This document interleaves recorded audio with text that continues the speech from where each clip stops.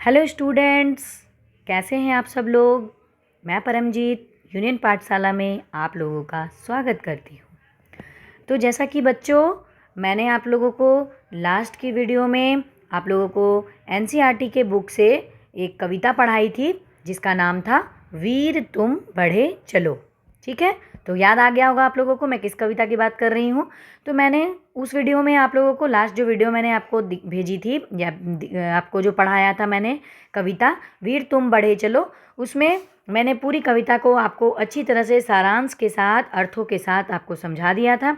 उसके अभ्यास प्रश्नों को मैंने उस वीडियो में नहीं करवाया था, जिसके लिए मैं आपके लिए आज एक वीडियो लेकर आई हूँ। इस वीडियो में आपको उस पाठ के पूरे अभ्यास प्रश्न देखने को मिलेंगे। तो वीर तुम बढ़े चलो जो कविता थी उसके कवि कौन थे? द्वारिका प्रसाद माहेश्वरी। द्वारिका प्रसाद माहेश्वरी ने बहुत ही अच्छी कविता की रचना की। वीर तुम बढ़े चलो धीर तुम बढ़े चलो। ये कविता सुनने में इतनी अच्छी लगती है, जब हम इसे पढ़ते हैं तो पूरी तरह से मनमस्त हो जाते हैं सुनते सुनते। बहुत ही अच्छी, मुझे तो बहुत पसंद है ये कविता। तो चलिए, कविता लास्ट वीडियो में मैंने आपको बहुत अच्छी तरह से समझाई है। जिसने नहीं देखा है, जिसके लिए ये नया है, वो मेरी पिछली वीडियो को देख सकते हैं, कविता को अच्छी तरह से पढ़ सकते हैं और समझ सकते हैं। ठीक है, तो चलिए बच्चों, इस पाठ के सभी अभ्यास प्रश्नों को हम एक एक करके 1 बाय 1 देखते हैं। ठीक है, तो सबसे पहला प्रश्न क्या है?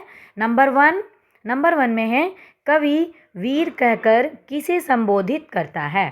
ठीक है, तो इस कविता में कवि भारतीय सपूतों को वीर कहता है। जो भारत के नौजवान हैं, भारत के जो सपूत हैं, उसे ही कवि कविता में वीर कह के संबोधित कर रहा है।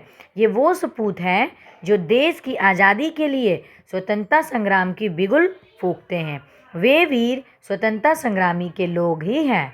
ठीक है, तो कवि का कहने का मतलब है कि ये वो सपूत हैं जो आज़ादी के लिए, भारत की आज़ादी के लिए, स्वतंत्रता संग्राम के लिए जो बिगुल बजाते हैं, जो आज़ादी के लिए लड़ते हैं, उन सपूतों के लिए, उन नौजवानों के लिए कवि ने वीर शब्द का उपयोग, उन्हें वीर कह के संबोधित किया है। ठीक है, चलिए क्वेश्चन नंबर 2 को देखते हैं।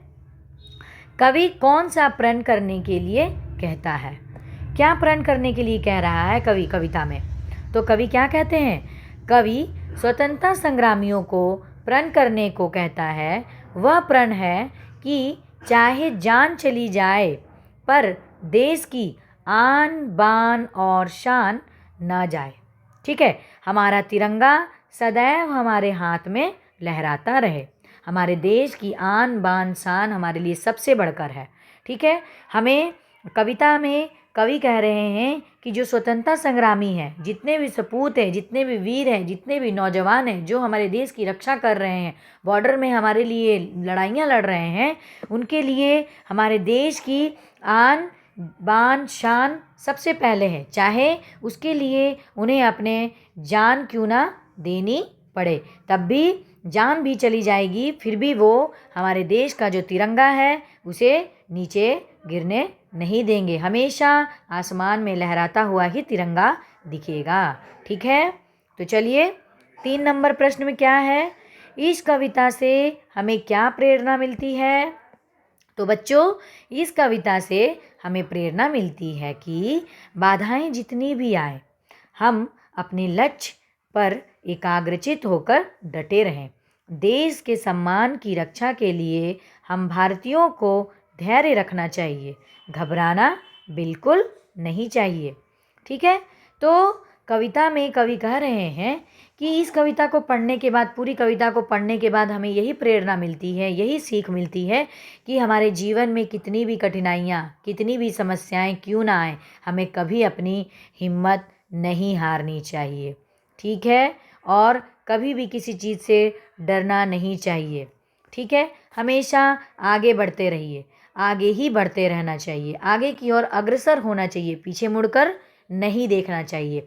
देश के सम्मान की रक्षा के लिए हम भारतीयों को धैर्य रखना चाहिए, डट कर लड़ना चाहिए और अपने अंदर हिम्मत रखनी चाहिए कि हमें अपने देश के सम्मान के लिए, उसकी रक्षा के लिए हम भी कुछ करेंगे। ये हमारा परम कर्तव्य है कि हमारे देश की रक्षा हम सब मिलकर करें।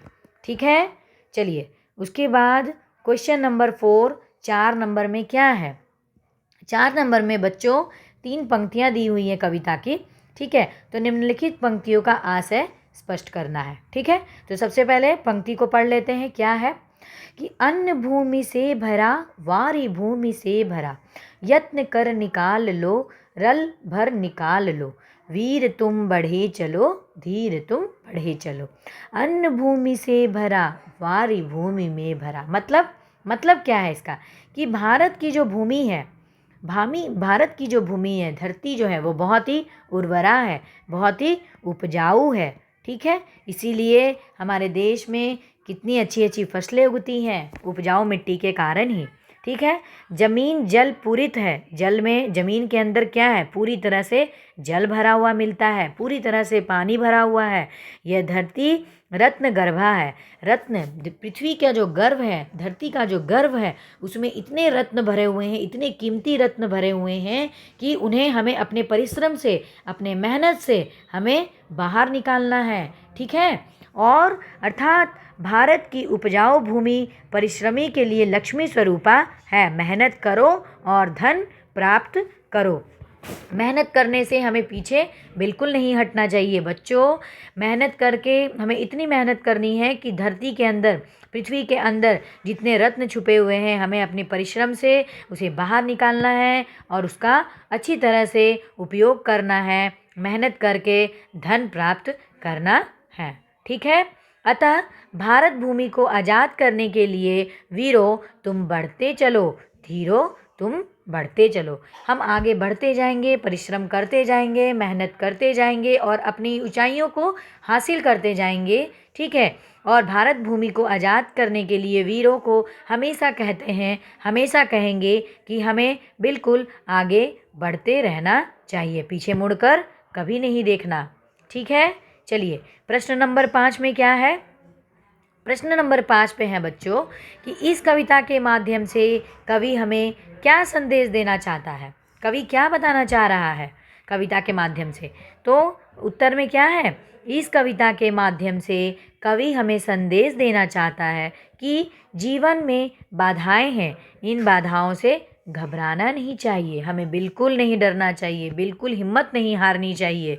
देश के सम्मान की रक्षा के लिए अपने जीवन को न्यौछावर करना ही हमारा त्याग कहलाएगा, ठीक है। तो इस कविता में हमें यही बताया गया है कि अपने देश की रक्षा के लिए, अपने देश के लिए, अपने देश की आज़ादी के लिए हमें अपनी जान को भी न्यौछावर करने से डरना नहीं चाहिए, ठीक है। कहते हैं ना, डर के आगे जीत है। डरेंगे तो आगे नहीं बढ़ पाएंगे और आगे नहीं बढ़ेंगे तो जीत कैसे हासिल करेंगे। इसीलिए बिना डरे आगे बढ़ें और जीत को हासिल करें, ठीक है।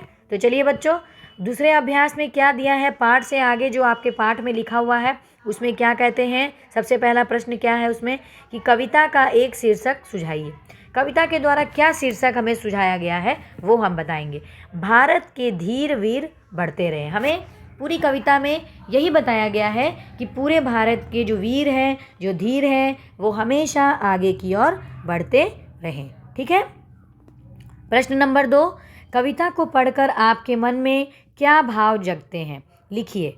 तो क्या भाव जगते हैं जी? तो हमारे मन में यही भाव जगता है, कविता को पढ़कर हमारे मन में देशभक्ति के भाव जगते हैं। पूरी तरह से देशभक्ति, देश के लिए कुछ कर मिटने को हमारा दिल करता है कि हम भी अपने देश के लिए कुछ ना कुछ करें, हमारे देश को आगे बढ़ाने के लिए हमारा भी कुछ ना कुछ योगदान जरूर रहे, ठीक है। मातृभूमि की रक्षा के लिए हमें सदैव तत्पर रहना चाहिए, ठीक है।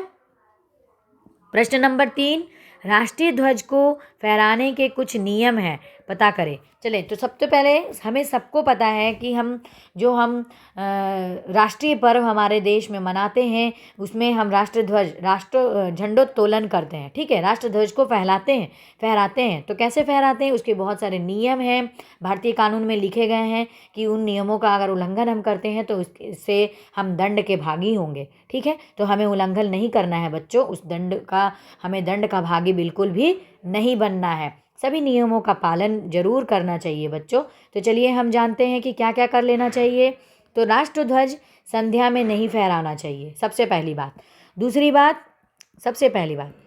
बात, राष्ट्रध्वज को मोड़ तोड़कर नहीं रखना चाहिए, इससे राष्ट्रध्वज का अपमान माना जाता है।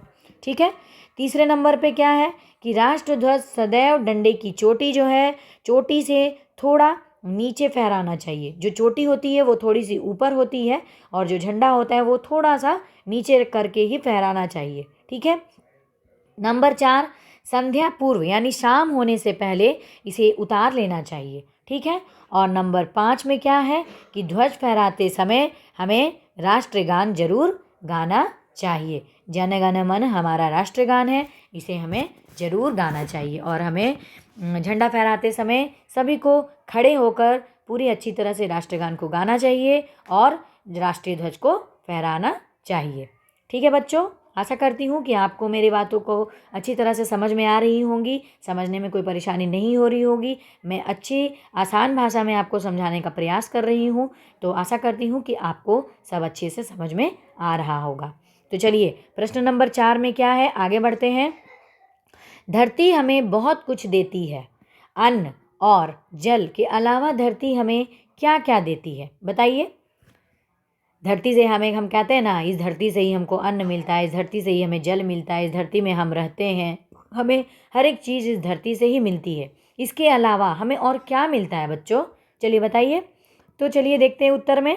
अन्न जल के अलावा धरती हमें पहचान देती है। सबसे पहले आइडेंटिफाई करती है हमें।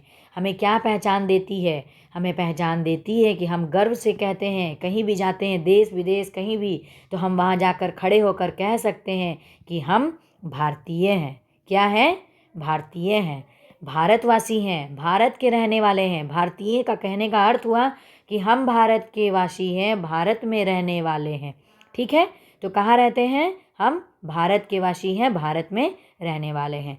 तो बच्चों, आपको पूरे पाठ में जो कविता है, उस कविता के सभी अभ्यास प्रश्नों को पढ़कर कैसा लगा कमेंट में ज़रूर बताइए। वीडियो को ज़्यादा से ज़्यादा शेयर करें। ठीक है।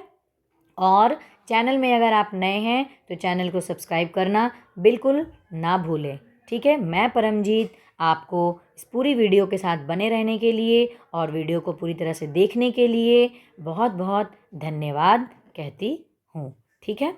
ओके, अभी तक के लिए इतना ही। Thank you so much.